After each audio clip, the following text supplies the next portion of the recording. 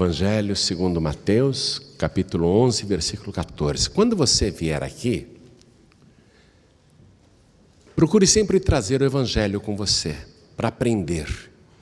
Porque acompanhando a palavra, você vai conferindo. Você sabe, eu vou dizer uma coisa um pouco chata agora. Uma vez, os cardeais se reuniram com o Papa e disseram: Papa, o povo não pode ler a Bíblia, porque os ensinamentos desse livro, do livro santo, são totalmente diferentes do que a Igreja Católica Apostólica Romana ensina.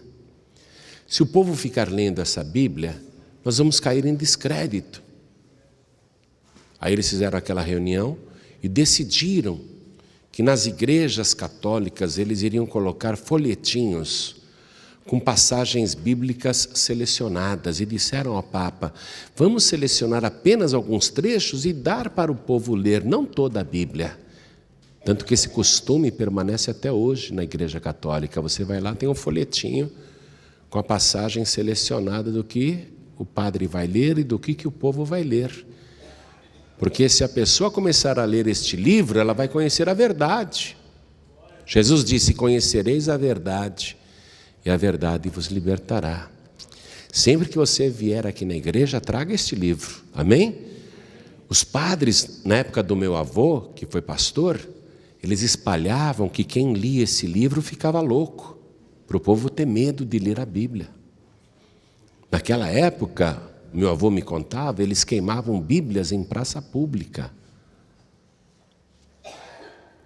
O diabo não quer que você conheça a verdade. O diabo quer que você continue no erro. Então, sempre que você vier aqui, traga a palavra de Deus com você. Amém? E não é só a Igreja Católica não que faz isso. Daqui a pouco você vai ouvir a palavra e você vai ficar de cabelo em pé. Achou aí Evangelho segundo Mateus, capítulo 11, versículo 14? Olha aqui, ó. Jesus falando: e se quereis dar crédito, é este o Elias que havia de vir. Jesus está falando de João Batista. Eu vou ler o versículo 11 para você entender o contexto. Jesus disse: em verdade vos digo que entre os que de mulher têm nascido, não apareceu alguém maior do que João Batista, mas aquele que é o menor no reino dos céus é maior do que ele. E desde os dias de João Batista até agora se faz violência ao reino dos céus, e pela força se apoderam dele, porque todos os profetas e a lei profetizaram até João. E se quereis dar crédito, é este o Elias que havia de vir. Eu vou reler outra vez o versículo 14 e preste atenção. Jesus disse: se você quer acreditar, é este o Elias que havia de vir. E eu vou ler mais uma vez, e cada pessoa que está comigo aqui na Paz e Vida, sede de Porto Alegre, repete em seguida. Vamos lá.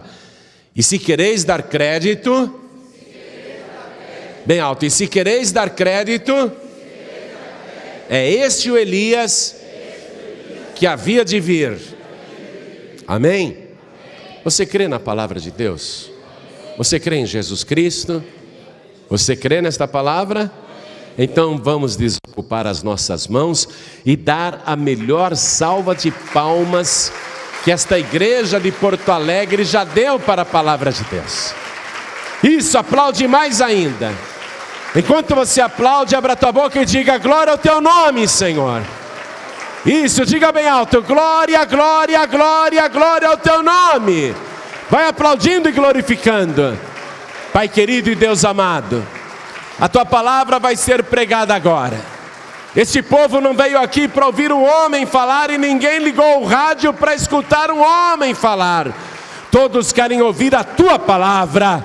Então vem com teu espírito, tome a boca do pregador, tome os lábios do mensageiro, envia a tua palavra com poder e autoridade, e que a tua palavra vá e produza o resultado para o qual está sendo mandada, em nome de Jesus. Diga amém, Jesus.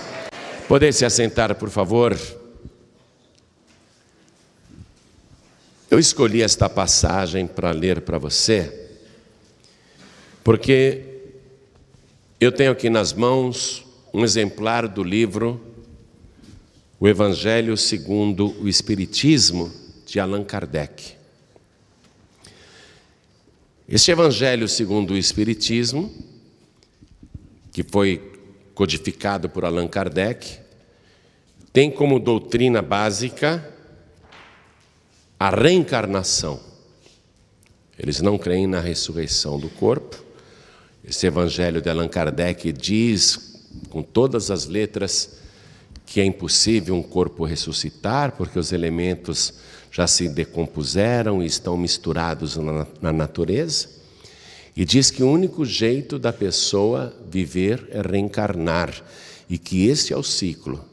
Cada pessoa nasce, vive aqui neste mundo, morre, aí vai para outro lugar, e depois de um tempo nasce de novo neste mundo, vive, morre outra vez, e vai pagando as suas culpas, os seus karmas, que eles chamam de cargas de vidas passadas, que a pessoa tem que se purificar. E essa purificação acontece pelo sofrimento pessoal de cada ser humano neste planeta. Essa é a fé dos espíritas. E no capítulo 4 do Evangelho segundo Allan Kardec, que trata de reencarnação, o título é o seguinte: ninguém pode ver o reino de Deus se não nascer de novo. Esta é uma frase de Jesus Cristo que o Allan Kardec pegou para dizer, está vendo? Tem que nascer de novo. Então ele selecionou alguns trechos dos evangelhos para comprovar a sua teoria de reencarnação. E com relação a João Batista, Allan Kardec diz aqui no parágrafo 11 deste evangelho, e eu digo evangelho com aspas, ele diz aqui no parágrafo 11: se o princípio da reencarnação expresso no Evangelho do apóstolo João podia, a rigor, ser interpretado num sentido puramente místico, não acontece o mesmo nesta passagem do apóstolo Mateus, que não deixa nenhuma dúvida quando diz: ele mesmo é o Elias que há de vir. Ele está mencionando aqui Mateus capítulo 11, versículo 14.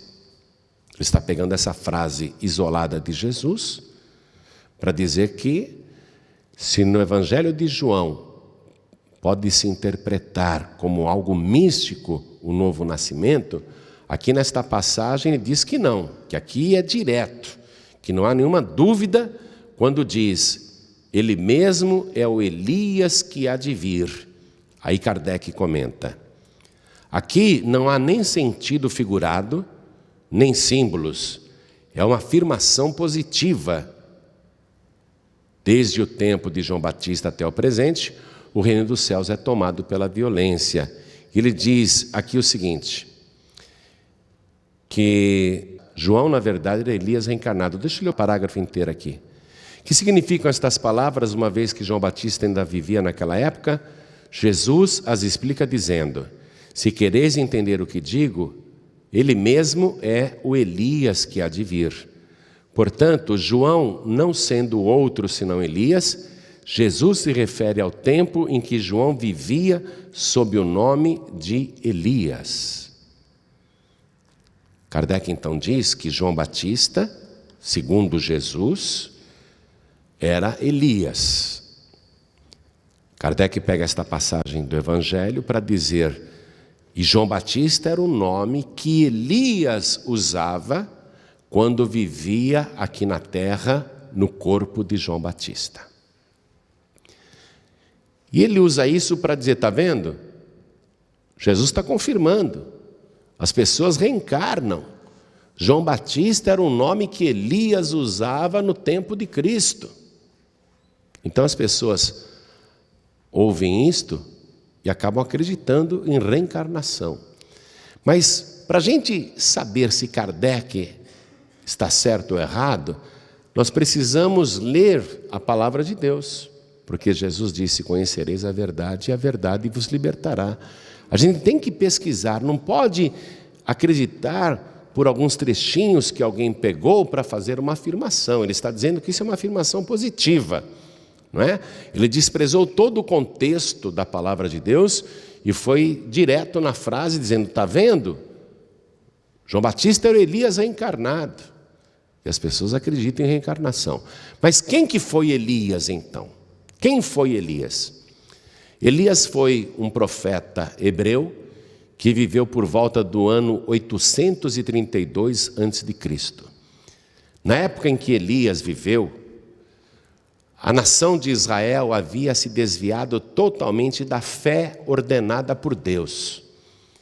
E Elias vai ser a única voz a pregar contra as coisas erradas que a nação estava fazendo. As pessoas haviam se desviado.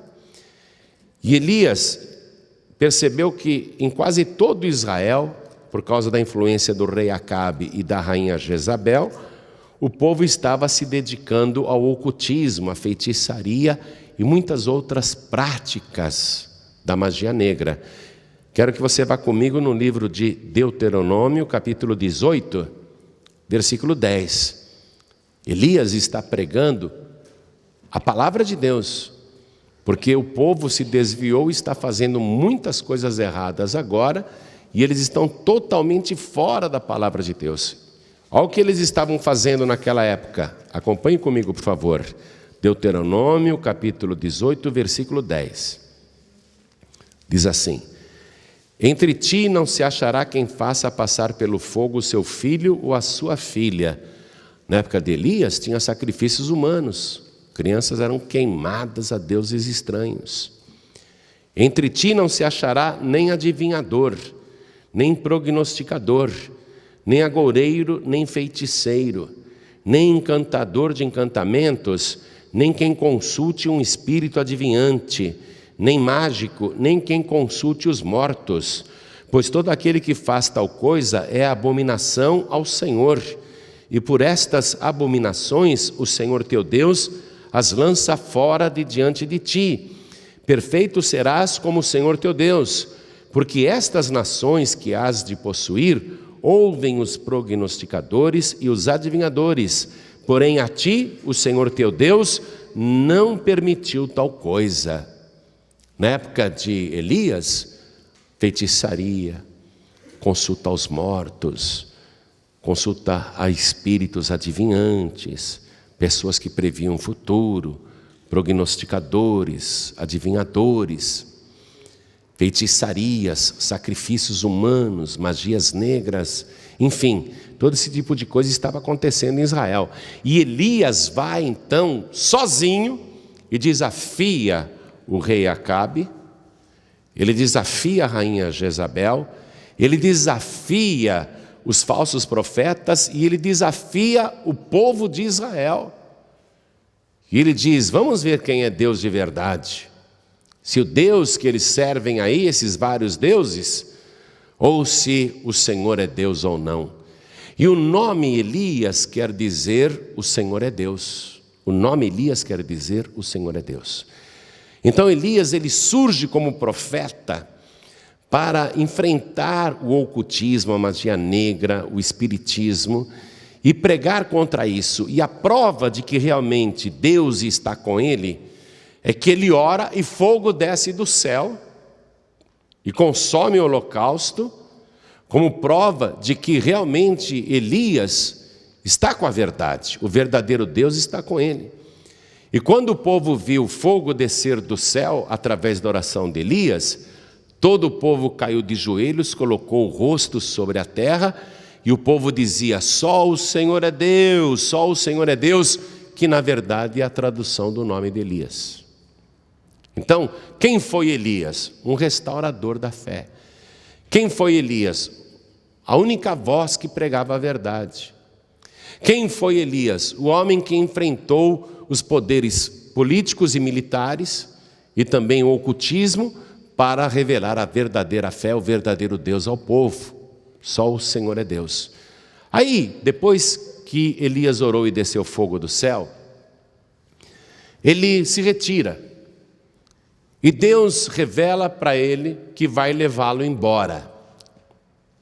Deus mostra para Elias que ele será levado da terra e que ele tem que fazer um sucessor, e que o sucessor dele vai ser o Eliseu.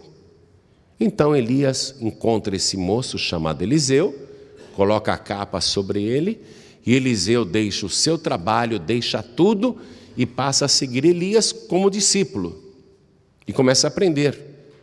Eliseu é só um aprendiz de Elias. Aí Elias diz para Eliseu: nós estamos aqui em Gilgal e Deus está me mandando agora para Betel. Fique aqui, tá bom, Eliseu? E Eliseu disse: de jeito nenhum, para onde tu fores eu também irei. Vive o Senhor e vive a tua alma, que eu não te deixarei. Então vamos. Então Elias vai e o Eliseu vai junto. Quando eles chegam lá em Betel, há profetas em Betel, filhos dos profetas, aprendizes de profetas, que também receberam revelação de que Elias seria arrebatado da terra. Então eles chegam para Eliseu e diz: você está sabendo que o teu senhor Elias vai ser tomado de ti por cima da tua cabeça? Vai ser elevado aos céus? O Eliseu fala: eu também sou profeta, eu também sei disso. Calai-vos. Porque eles achavam que estavam contando uma novidade para Eliseu, mas Eliseu já sabia do plano de Deus. Aí o profeta Elias diz para Eliseu: Eliseu, Deus está me mandando agora para Jericó. Fique aqui em Betel, tá bom? Que eu estou indo para Jericó. Aí o Eliseu diz: de jeito nenhum, para onde quer que tu fores eu também irei. Vive o Senhor e vive a tua alma, que eu não te deixarei. Tá bom, Eliseu, então vem comigo. E Elias vai para Jericó. Quando chega em Jericó, há profetas em Jericó, que também receberam a revelação de que Elias seria arrebatado da terra. Então, aqueles profetas em Jericó igualmente chegam para Eliseu e dizem: você sabia que o teu Senhor hoje vai ser tomado por cima da tua cabeça, vai ser tirado de ti? E eles pensavam que estavam dizendo alguma novidade. Por isso que Eliseu responde: eu também sei, calai-vos. Porque Eliseu tinha se apegado tanto com Elias, que ele não queria falar sobre esse assunto, que Elias seria levado da terra. Então Eliseu, ele corta a conversa: não me fale disso não, calai-vos. Eu estou sabendo. Aí o profeta Elias diz para Eliseu: Eliseu, fica aqui em Jericó, porque Deus está me mandando até o Rio Jordão. E Eliseu diz: não, eu nunca te deixarei. Vive o Senhor e vive a tua alma, que eu não te deixarei. Tá bom, então vamos comigo. E eles foram. E aqueles 50 homens de Jericó, aqueles 50 profetas, foram acompanhando de longe os dois, para ver o que ia acontecer. Eles queriam ver. E está lá o Elias e o Eliseu caminhando. E o Elias olha para o Eliseu e fala assim: pela tua fidelidade, por você estar comigo até agora, pede o que você quer que eu te faça.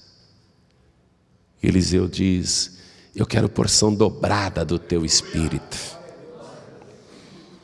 E Elias diz: você pediu uma coisa meio difícil, mas não impossível.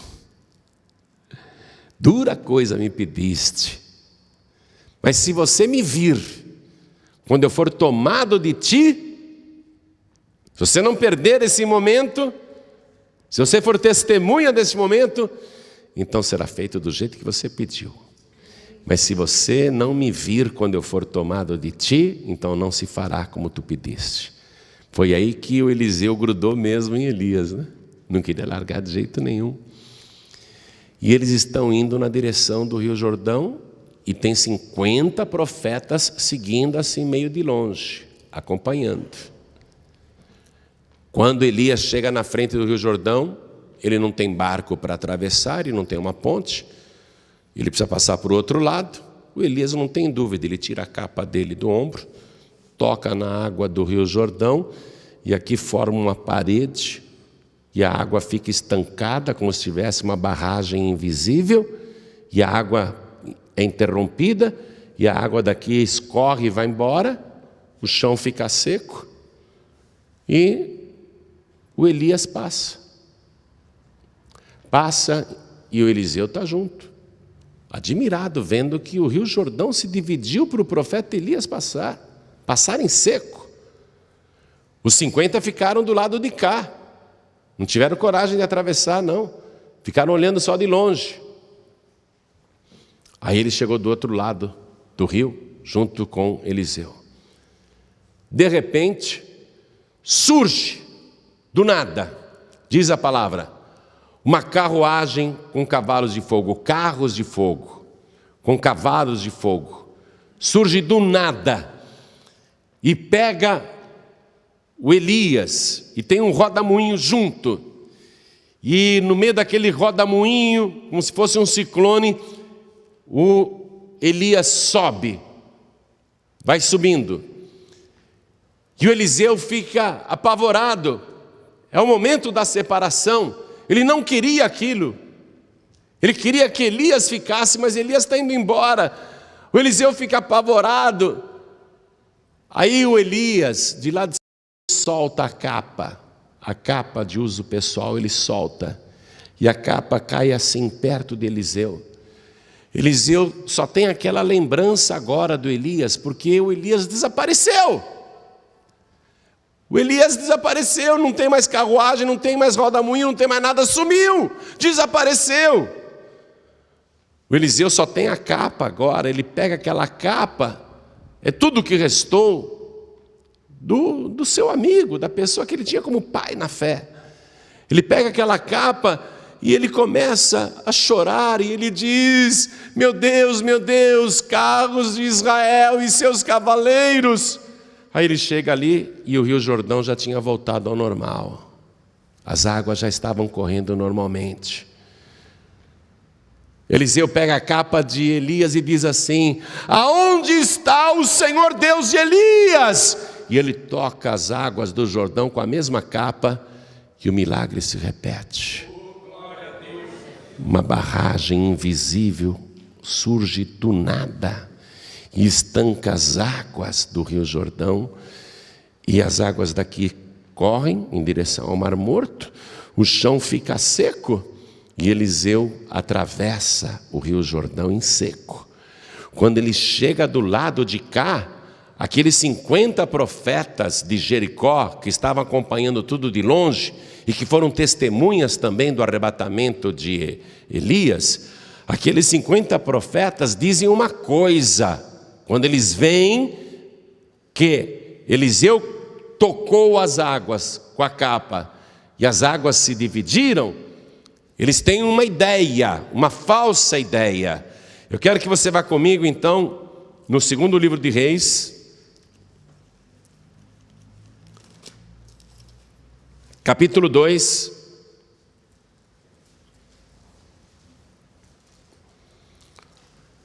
Segundo livro de Reis, capítulo 2, versículo 15.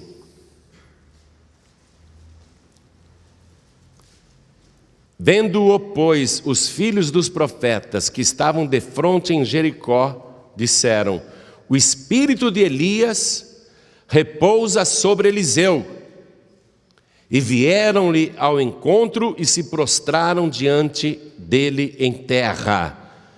Aqueles 50, o que eles imaginaram?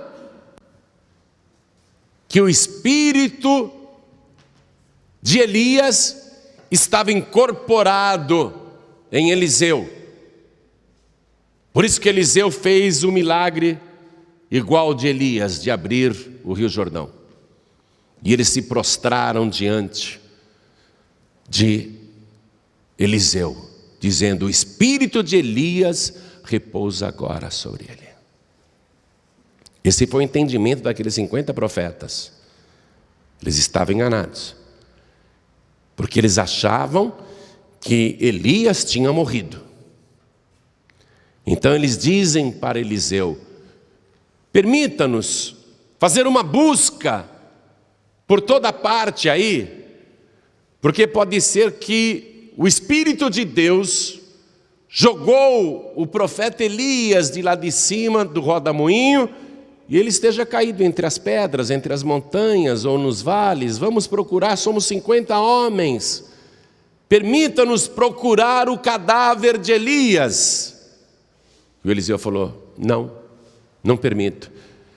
Deixa a gente ir, deixe-nos procurar. Olha o que diz aqui, ó. Vamos ver o versículo 16? E disseram a Eliseu: eis que com teus servos há 50 homens valentes. Ora, deixa-os ir para buscar teu senhor. Pode ser que o elevasse o Espírito do Senhor e o lançasse em algum dos montes ou em algum dos vales. Porém, Eliseu, disse: não os envieis. Mas eles apertaram com ele até se enfastiar e disse-lhes: vai, enviai. E enviaram 50 homens que o buscaram 3 dias, porém não o acharam. Vasculharam durante 3 dias, tudo ali para ver se encontrariam o cadáver de Elias. Porque eles achavam que o espírito de Elias estava agora incorporando em Eliseu. E Eliseu não queria deixar. Tanto que quando eles voltaram 3 dias depois, olha o que Eliseu disse. Versículo 18. Então os 50 homens voltaram para Eliseu, tendo ele ficado em Jericó, e disse-lhes: eu não vos disse que não fosseis? Por que Eliseu tinha dito: não vão não, é uma busca inútil? Por quê? Porque Eliseu sabia muito bem que Elias não tinha morrido, que Elias estava vivo, e que ele tinha recebido a porção do Espírito de Deus que estava sobre Elias, e não o espírito de Elias. Por que Eliseu tinha certeza que não adiantava procurar? Porque Elias não estava morto, ele estava viajando para outro lugar, para um lugar desconhecido, foi levado para um lugar desconhecido, viajou para outro lugar. Eliseu não queria deixar porque ele tinha certeza absoluta que Elias não tinha morrido. Amém?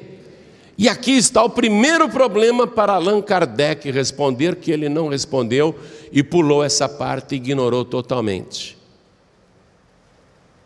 Na teoria da reencarnação que Kardec prega, e que faz parte inclusive da inscrição na lápide do seu túmulo lá em Paris, que a pessoa nasce, vive, morre, renasce, e tal é o ciclo, esta é a lei sem cessar.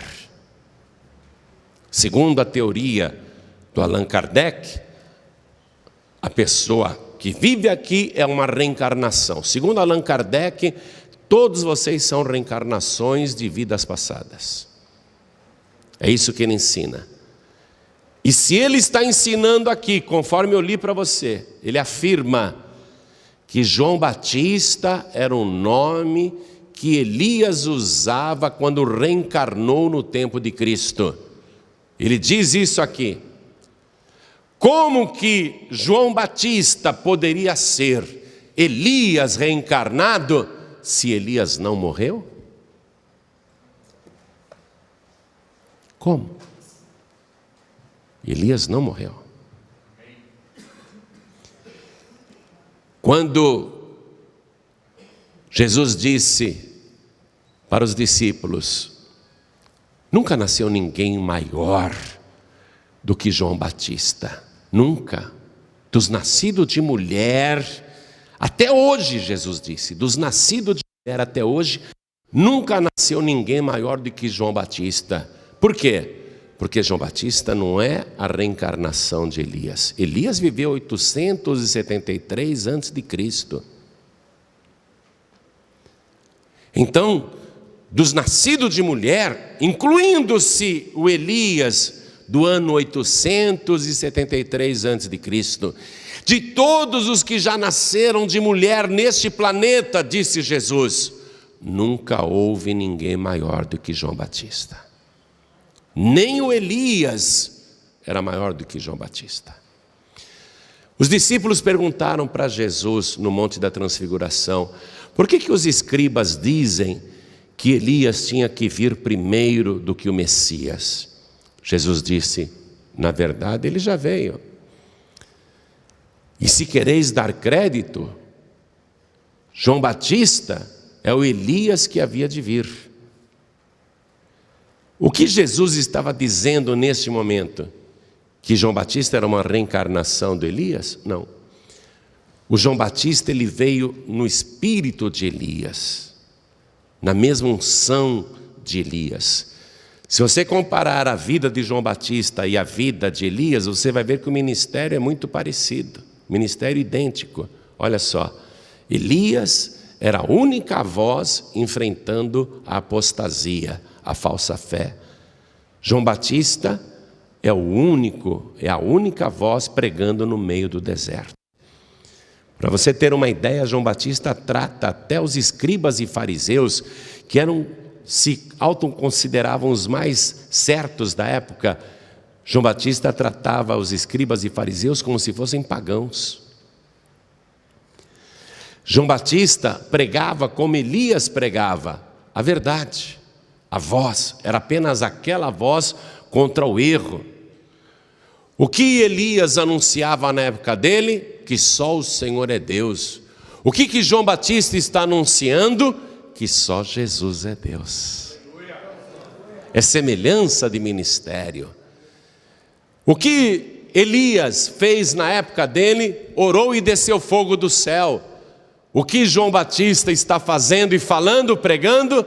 Ele está dizendo: eu na verdade vos batizo com água para arrependimento, mas aquele que vem depois de mim, ele é mais poderoso do que eu.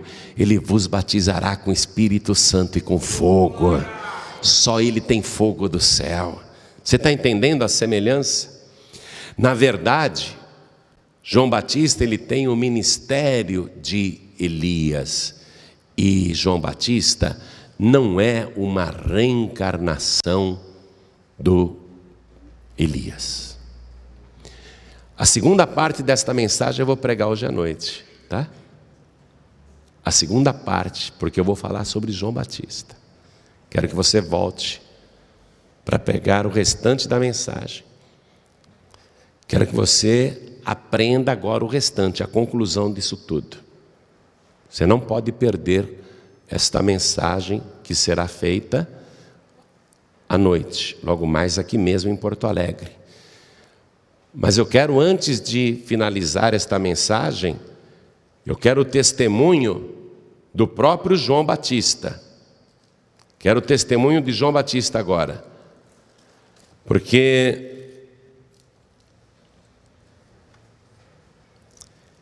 Allan Kardec está dizendo que João Batista era Elias reencarnado, não é? Que João Batista era o nome que ele usava quando viveu aqui na terra no tempo de Cristo. Vamos ver aqui o testemunho de João. Quero que você vá até o Evangelho de João, que não é o João Batista, tá bom? Vá até o Evangelho de João. Aliás, esse João que escreveu o Evangelho, ele era discípulo de João Batista e depois se tornou discípulo de Jesus. Olha o que ele registrou aqui. Evangelho de João, capítulo 1, versículo 19. E este é o testemunho de João, quando os judeus mandaram de Jerusalém sacerdotes e levitas para que lhe perguntassem: quem és tu? E confessou e não negou. Confessou: eu não sou o Cristo. E perguntaram-lhe: então quem és, pois? És tu Elias? Olha o que estão perguntando para João Batista. És tu Elias? João Batista, um profeta já nascido de mulher. Para dar uma colher de chá para o Kardec, vamos dizer assim: João Batista é o maior médium que já nasceu. Tá? Vamos dar essa colher de chá para o Kardec. João Batista é o maior médium que já nasceu de mulher. Tá? Perguntam para João Batista. Estou lendo o versículo 21. Então quem és? És tu Elias? E disse o quê? Não sou. Não sou. Amém? Mas a segunda parte desta mensagem vem depois. Vou continuar nessa mensagem hoje e você vai ter a oportunidade de aprender mais ainda, para não ficar acreditando em reencarnação. Quer saber a verdade? Cada ser humano morre uma vez nesta vida, só uma vez. Carta aos Hebreus, capítulo 9, versículo 27. Vamos lá comigo? Aos Hebreus, capítulo 9, versículo 27.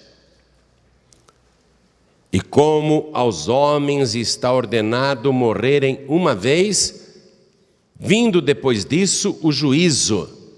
Quem ordenou aos homens morrer uma vez? Deus. Vindo depois disso o juízo. Mas o juízo não é imediatamente após a morte da pessoa. Imediatamente após a morte da pessoa, ela vai para o Hades ou ela vai para o paraíso. Se ela é salva em Jesus Cristo, ela vai para o paraíso. Se ela não é salva em Jesus Cristo, ela vai para o Hades. O Hades ainda não é o inferno, mas é um lugar de tormento, é um lugar horrível. Para lá são mandados os ímpios e todos os que se esquecem de Deus e todos os que viram as costas para Jesus Cristo. Ficam esperando no Hades o dia do juízo, o juízo final. Aos homens está ordenado morrer uma vez, vindo depois disso o juízo. No dia do juízo, todos que estão no Hades irão comparecer diante do trono de Deus. No dia do juízo final, todos que estão no paraíso irão comparecer diante do trono de Deus. E eu quero que você vá comigo em Apocalipse.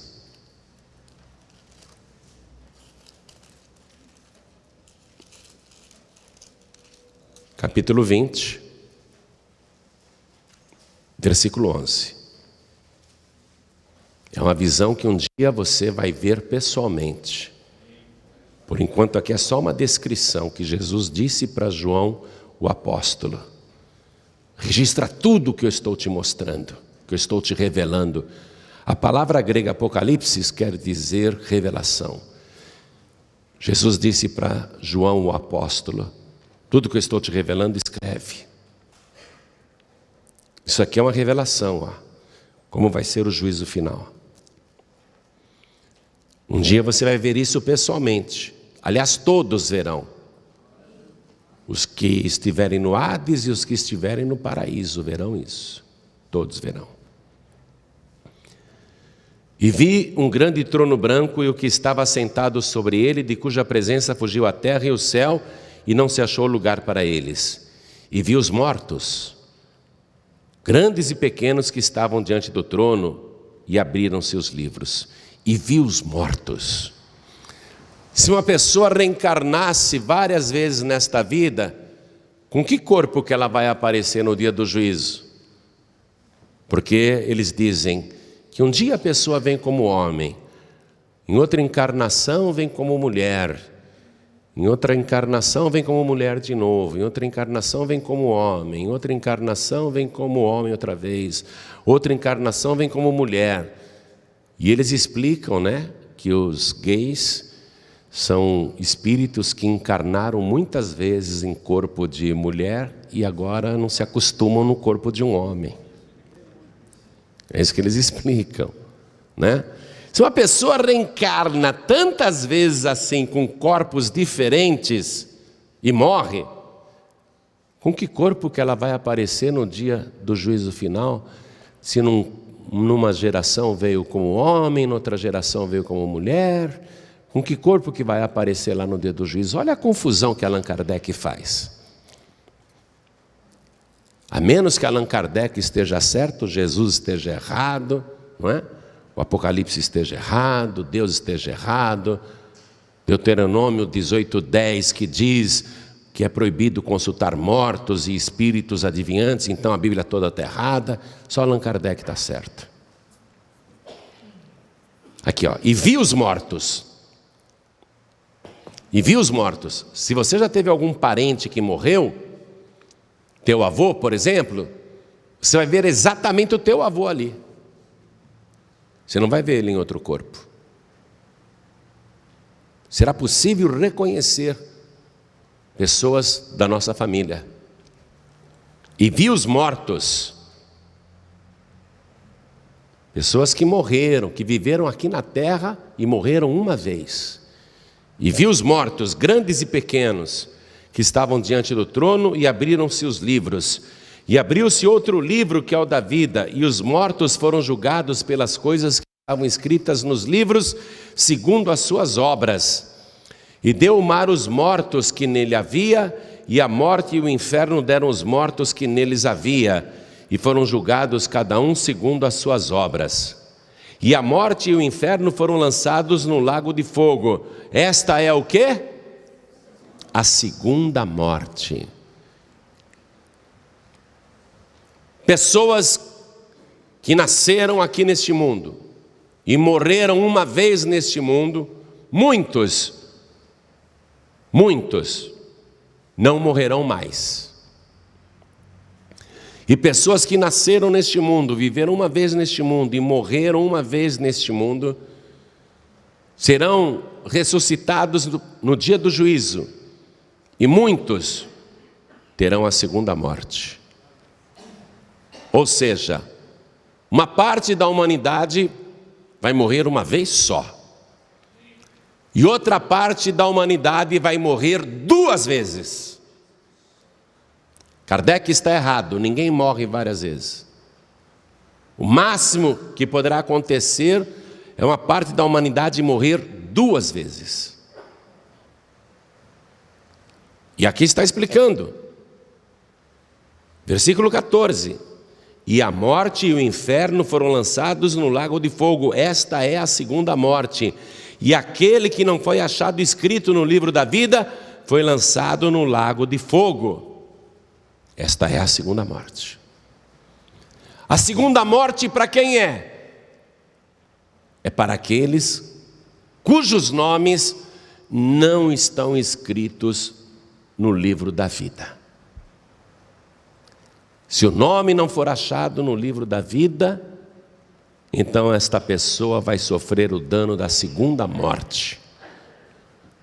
Mas se o nome da pessoa estiver escrito no livro da vida, ela não sofrerá o dano da segunda morte. Quem entendeu, diga amém. Amém. Aos homens está ordenado morrer uma vez. Aos homens está ordenado por Deus que não devem consultar espíritos de pessoas mortas. Aos homens está ordenado por Deus que não devem consultar espíritos adivinhantes. A palavra de Deus. E já está ordenado isto, ó. Isto já está ordenado, o que eu acabei de ler para você está ordenado. O nome que não estiver escrito no livro da vida vai ser lançado no lago de fogo. Esta é a segunda morte. Já está ordenado. A segunda morte é só para quem não tem um nome no livro da vida. Mas pastor, como é que eu faço para colocar o meu nome no livro da vida? Tem que receber Jesus Cristo como teu único, suficiente, exclusivo e eterno Salvador. Aí Ele escreve o teu nome no livro da vida. E depois que Ele escrever o teu nome no livro da vida, você tem que ficar firme com Jesus até o fim. Porque Ele disse, quem perseverar até o fim será salvo. Em Apocalipse Ele diz, ao que vencer, de maneira nenhuma riscarei o seu nome do livro da vida. Quer dizer que um nome que está no livro da vida pode ser riscado, se a pessoa não perseverar até o fim. Mas ao que vencer, disse Jesus, de maneira nenhuma riscarei o seu nome do livro da vida. Amém? Vamos ficar todos de pé agora. São duas coisas, amados. Duas coisas importantes a se fazer agora. Primeira, ter o seu nome no livro da vida. Teu nome tem que estar lá. Segunda coisa, se o nome foi riscado, você precisa pedir para Deus reescrever o teu nome no livro da vida. O nome de uma pessoa é riscado em qual situação? Se ela se desvia, se ela se afasta, se ela abandona o caminho. Às vezes a pessoa até está na igreja, mas ela não está vivendo uma vida cristã verdadeira. Ela está na igreja, é uma pessoa religiosa, mas ela já está afastada, ela já está desviada. Está dentro da igreja, mas está igualmente afastada. Na parábola do filho pródigo, um saiu de casa, o outro ficou. Eram 2 filhos. Mas o que ficou na casa também estava desviado. Porque quando o irmão volta e o pai diz: vem meu filho, entre em casa, ele fala: não, não vou entrar não. Ele desacata o pai dele, ele desobedece o pai dele, ele não entra para a festa. Ele estava desviado também. Sem ter saído da casa do pai, ele estava desviado também. O mais velho estava desviado. E às vezes a pessoa está dentro da casa de Deus e está desviada. Porque a pessoa não está obedecendo o pai, não está se sujeitando ao pai. Então, o nome da pessoa numa situação dessa é riscado do livro da vida. No hall de membros ela continua com o nome lá na igreja, mas no livro da vida o nome já foi riscado. O maior medo que eu tenho é o meu nome ser riscado do livro da vida. Deus me escuta o tempo todo e eu incomodo Deus. Hoje de madrugada, mesmo com frio, eu falei: Deus vai ouvir a minha voz aqui em Porto Alegre no meio da madrugada. Deus tem que me ouvir. Estou firme aqui, estou firme aqui, Senhor. Quem perseverar até o fim será salvo. Tem que perseverar. Senão você vai sofrer o dano da segunda morte. Você está entendendo isso, meu querido? Primeira coisa é entregar a vida para Jesus. Mas entregar de verdade, viu? Você não pode entregar só a mão que você levantou. Você tem que entregar teu corpo inteiro. Você tem que consagrar o teu corpo ao Senhor. E não adianta você trazer só o teu corpo aqui e dobrar os joelhos. Você tem que entregar também a tua alma, a tua vida. Não adianta você entregar só a tua vida, você tem que entregar o teu espírito também, porque você é corpo, alma e espírito. Às vezes a pessoa entrega só uma parte dela para Jesus, não entrega o restante. Por isso que está levando uma vida cristã imperfeita, porque não se entregou totalmente. Tem que entregar corpo, alma e espírito ao Senhor. Se estiver afastada, tem que se consertar com Deus. Se nunca entregou a vida para Jesus oficialmente, diante das pessoas, tem que fazer publicamente. Se a pessoa está manquejando na fé, tem que se consertar com Deus. Se a pessoa está levando uma vida cristã meia boca, não é? Uma coisa mais ou menos, a pessoa tem que se entregar 100% para Deus. É um compromisso. E olha, nunca foi tão importante você fazer esse compromisso 100% para Deus, porque nós estamos vivendo os momentos que antecedem a volta de Jesus em oculto e o arrebatamento da igreja. A qualquer momento vai começar o arrebatamento. O último sinal que falta é a pregação do evangelho em toda a terra, e isso está acontecendo, viu? Até a Paz e Vida, que é um ministério pequenininho, está pregando em vários países aí fora. Países de língua portuguesa. E até países que falam inglês, a Paz e Vida está levando mensagem para lá.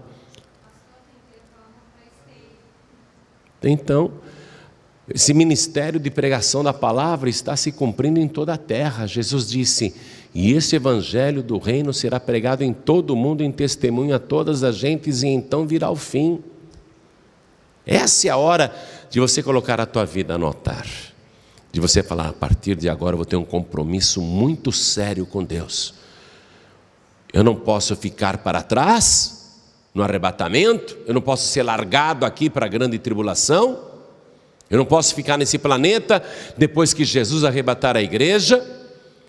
E eu não posso recuar, eu não posso me desviar, eu não posso ir para o mundo, não.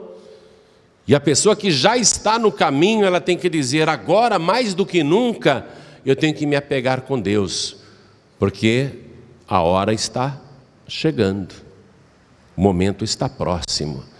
Então, igreja, eu vou fazer uma coisa agora. Primeira coisa, eu vou fazer um convite para você entregar a vida para Jesus. Você tem que entregar a vida para Jesus. Se tiver uma única alma para entregar a vida para Jesus, pode ser que esteja faltando essa última alma para Jesus mandar tocar as trombetas. Viu? Se tiver só uma pessoa aqui que disser: eu quero entregar a vida para Jesus, Jesus morreu por essa única alma. A palavra de Deus afirma que uma alma vale mais do que todo ouro e toda a prata do mundo. Se tiver uma única alma para entregar a vida para Jesus, foi por você que Jesus morreu. Foi para te salvar que Ele morreu. Se Jesus, com o seu sacrifício, tivesse salvado uma só pessoa, Ele ia dizer: faria tudo de novo por uma única alma. Passaria tudo outra vez para salvar uma única pessoa. Amém? Então a primeira coisa que eu vou fazer é esta. Primeira coisa que eu vou fazer é esta. Quantos aqui querem receber Jesus como único, suficiente, exclusivo e eterno Salvador? Ergue a mão direita assim bem alta, todos que querem. Oh glória! E tem mais do que uma alma, né? Que maravilha! Você que ergueu sua mão, vem aqui para frente, por favor. Vem para cá, vem para cá. Ajuda a pessoa a vir para cá. Isso, vem. Vamos aplaudir mais ao nome do Senhor. Vamos aplaudir mais. Glória a Deus, parabéns. Olha, Jesus morreu por você. E vou dizer uma coisa: Ele morreria de novo por tua causa, de tanto que Ele te ama. Ele te ama tanto que Ele passaria tudo outra vez só para te salvar. Amém? Quero chamar aqui você que está afastado, afastada. Pastor, eu confesso, me afastei. Tenho acompanhado de longe apenas. Mas eu quero voltar a entrar na casa do meu Pai. Eu quero fazer parte da festa. Não quero ficar do lado de fora da casa. Eu quero fazer parte da festa. Então você que está afastado, afastada, vem aqui para frente. Você que está sem igreja, você que não tem igreja nenhuma, não tenha vergonha não, vem para cá, porque nós vamos orar. Esse é o momento que antecede a volta de Jesus. Vem para cá. Isso, venha, venha. Glória a Deus. Vamos aplaudir ao nome do Senhor. Glória a Deus. Vamos aplaudir mais, igreja. Tem que haver festa no céu quando um se arrepende. Quero chamar aqui na frente agora os que estão fraquejando. Pastor Joaíbe, ultimamente eu tenho pensado em desistir, em parar. Eu ando desanimado, desanimada na fé. Tem hora que eu fico pensando de ficar só em casa, não ir mais para a igreja. Há momentos que não tenho vontade de orar. Há momentos que não tenho vontade de ler a palavra. Há momentos que não tenho mais vontade de jejuar. Pastor, eu estou sentindo uma fraqueza espiritual muito grande. Estou sentindo dificuldade em seguir Jesus. Então nós vamos orar por você. Porque Jesus profetizou que nos últimos dias o amor de muitos iria esfriar. Se você sente que o teu amor, o teu primeiro amor está esfriando, você não é mais como era antigamente, teu amor está esfriando, então eu quero orar por você, a igreja quer orar, amém? Então você que está sentindo esta frieza espiritual, venha aqui para frente que nós vamos orar, venha, isso, vamos aplaudir mais ao nome do Senhor, e se mais alguém quer vir, aproveite agora. Glória a Deus. Você que está nos ouvindo pela rádio, ou alguém te deu esse DVD e disse assista isso e você assistiu, Quer entregar a vida para Jesus? Se ajoelhe ao lado do teu televisor ou se ajoelhe ao lado do teu rádio. Você que está nos acompanhando pela internet, baixou a mensagem na internet, aí está ouvindo no seu computador, quer entregar a vida para Jesus? Se ajoelhe ao lado. Brasileiros que estão acompanhando pela internet esta mensagem, espalhados em todo o mundo, quer entregar a vida para Jesus? Se ajoelhe ao lado aí do teu computador.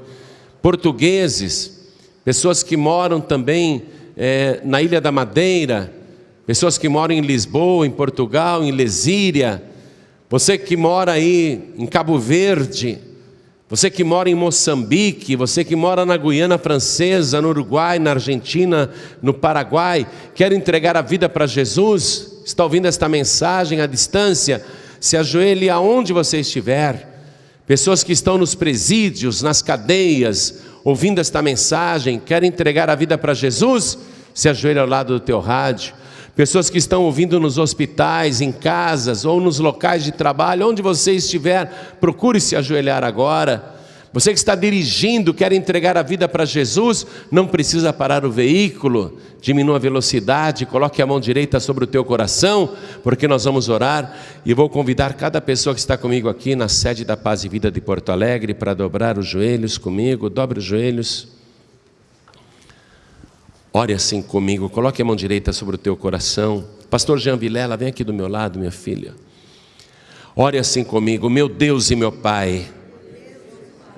Não tenha vergonha não, diga, meu Deus e meu Pai.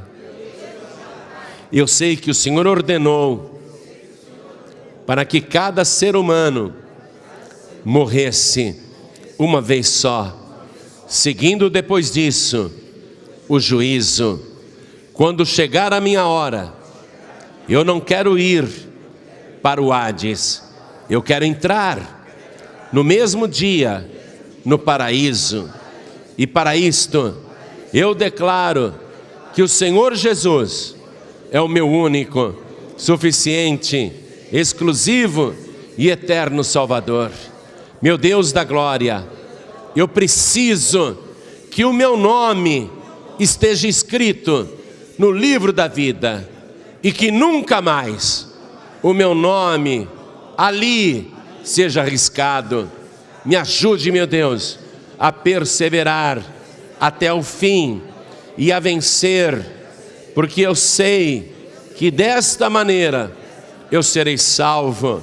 Meu Deus querido, meu Pai amado, eu declaro para o céu escutar, para a terra escutar, para a igreja ouvir, para o inferno escutar, que só Jesus é o meu Salvador e que Ele levou os meus pecados e as minhas iniquidades na cruz do Calvário, e eu não preciso sofrer nesta terra para pagar os meus pecados, porque o Senhor Jesus já pagou pelos meus pecados.